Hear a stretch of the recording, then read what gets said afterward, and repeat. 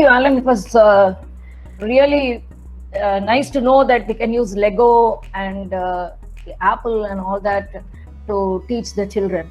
But I have two questions for you. Right now, I want some explanation. It was somebody, Ganesh, has asked, can you expand on surveillance, which you have shown in global challenges? You showed the slide in global challenges, surveillance. Yeah, surveillance capitalism. Capitalism. Can you expand on that? Yeah, surveillance capitalism. That is actually what we can see during the pandemic in many countries, where the state and companies can cover everything a citizen is doing. The worst example is China, where the state can control every movement of every child. But what we're doing right now, we're using Google Meet, and whatever Google is doing, they use in their profile of us as users, and they sell the information to companies so that they can target what will be brought to our attention. So surveillance capitalism is the stage in capitalism now where digital surveillance is everywhere. And I think it's an important thing to talk about in school, because children need to know that when they use TikTok, they might send something to the government in China. When they use Facebook, Facebook use the information to sell information. So I think that's an important part of the digital literacy I'm talking about. Thank you so much. I have questions for you selected from the audience. How can established schools break the mold or modify their mold? Yeah, I think that was what I tried to describe in the leadership profile. I don't think this can be copied by any school, but I think that if you look at the traditional curriculum, you can work with the curriculum in many new ways. You don't have to do it through a textbook where you take page 7 to 9 one day and 9 to 11 next day, and where everything is programmed beforehand. You can define problems that needs to be solved, and as a teacher you will know that in order to solve this problem you will need scientific knowledge. So if you teach some of the academics from the curriculum when the child needs it to solve a problem, then the child will be more motivated.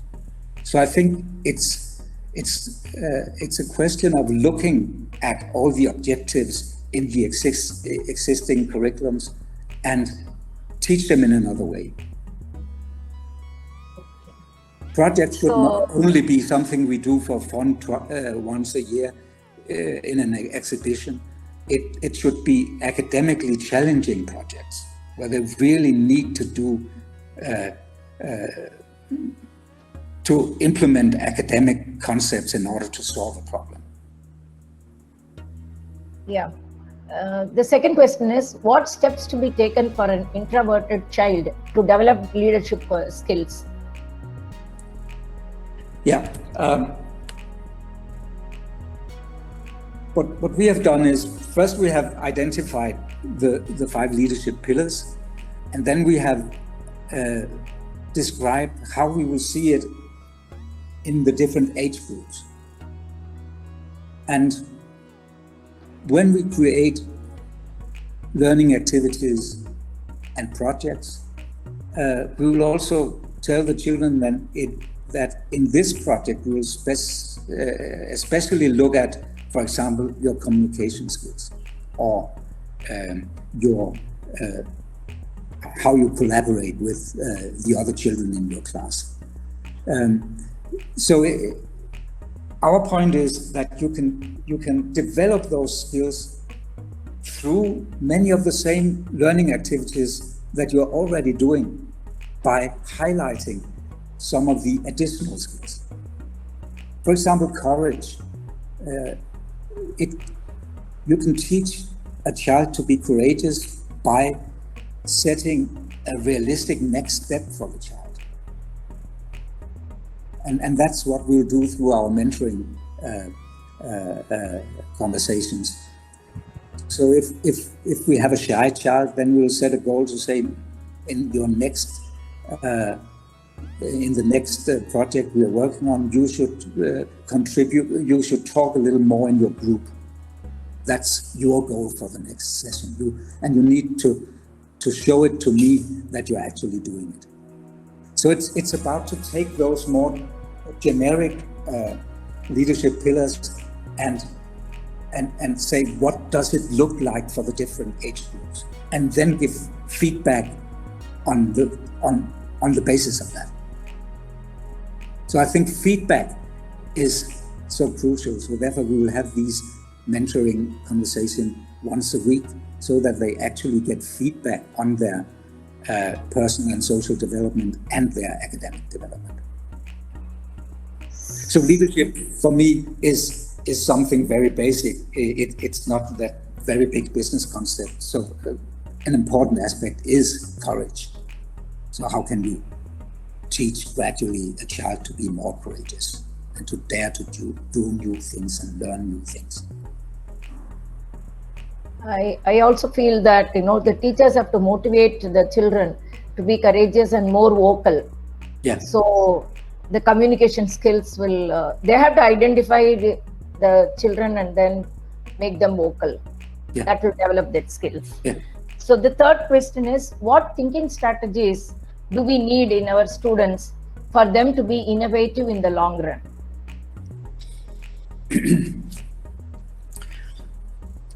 Yeah, of course, it is covered very much by the four 21st century competences, but I think creativity and innovation is something that needs to be stimulated in schools, so that the child learns to get new ideas and to assess how to implement those ideas, and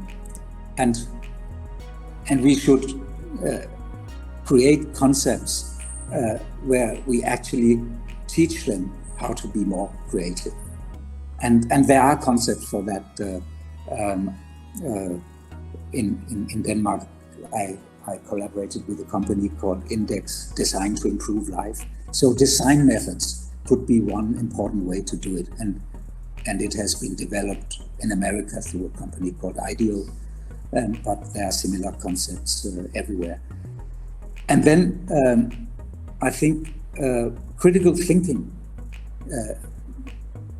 that when you teach, that you are not satisfied with getting the right answer, but diving deeper into why is this answer the correct answer, and which other answers could be relevant to think of, so that they all the time need to think, to dive deeper and think more about the concepts that they are learning, and so that they are able also to implement it in problem solving and say, we have used this concept to solve this problem.